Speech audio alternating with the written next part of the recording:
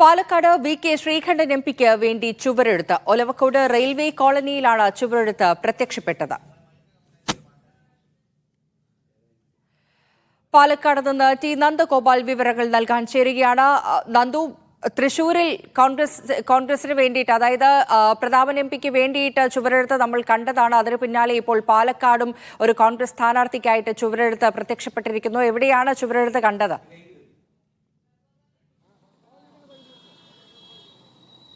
ഫാരിഷ, ഏറ്റവും പ്രധാനപ്പെട്ട കാര്യം, ഈ സ്ഥാനാർത്ഥി നിർണയത്തിന് മുൻപ് തന്നെ പ്രചരണങ്ങളൊന്നും വേണ്ട എന്നുള്ളൊരു നിർദ്ദേശം നേതൃത്വം നൽകിയിട്ടുണ്ടെങ്കിലും അത് മറികടന്നുകൊണ്ടായിരുന്നു തൃശ്ശൂരിൽ ഇത്തരത്തിൽ ടി.എൻ. പ്രതാപന് വേണ്ടി ചുമരെഴുത്ത് നടന്നത്. അത് വലിയ രീതിയിലുള്ള വിവാദങ്ങൾ സൃഷ്ടിച്ചിരുന്നു. അതിന് പിന്നാലെയാണ് പാലക്കാടും സമാനമായ ഒരു സംഭവം ഉണ്ടായിരിക്കുന്നത്. വി.കെ. ശ്രീകണ്ഠൻ എം.പിക്ക് വേണ്ടിയാണ് ഇവിടെ ഇപ്പോൾ ഈ ഒരു ചുമരെഴുത്ത് പ്രത്യക്ഷപ്പെട്ടിട്ടുള്ളത്. ഒലവക്കോട് റെയിൽവേ കോളനിയിൽ വലിയ തിരക്കുള്ള ഒരു പ്രദേശത്താണ് ഇത്തരത്തിൽ ഇപ്പോൾ നമ്മൾ ദൃശ്യങ്ങളിൽ കാണുന്നത് പോലെ ഒരു ചുവരെഴുത്ത് ഇന്ന് ഉച്ചയോടുകൂടി വന്നിട്ടുള്ളത്. പൊതുപരിയാരം മണ്ഡലത്തിന്റെ കോൺഗ്രസ് കമ്മിറ്റിയാണ് ഇങ്ങനെ ഒരു ചുവരെഴുത്ത് ഇവിടെ ഒരുക്കിയിട്ടുള്ളത്. ഇതിൽ ഇവർ പറയുന്ന ഒരു കാര്യം, മണ്ഡലം കമ്മിറ്റികളിലെല്ലാം തന്നെ വി.കെ. ശ്രീകണ്ഠൻ തന്നെയായിരിക്കും ഇത്തരത്തിൽ സ്ഥാനാർത്ഥി എന്നുള്ളൊരു ഉറപ്പ് ഇവർക്ക് ലഭിച്ചിട്ടുണ്ട് എന്നുള്ളതാണ്. അതുകൊണ്ട് ഇപ്പോൾ തന്നെ പ്രചരണം തുടങ്ങുന്നതിൽ തെറ്റില്ല എന്നൊരു നിലപാടിലാണ് ഇങ്ങനെ ഒരു പ്രചരണം നടത്തിയത് എന്നുള്ളതാണ് ഇവർ പറയുന്നത്. പക്ഷേ ഏറ്റവും പ്രധാനപ്പെട്ട കാര്യം, വി.കെ. ശ്രീകണ്ഠനും ഒപ്പം തന്നെ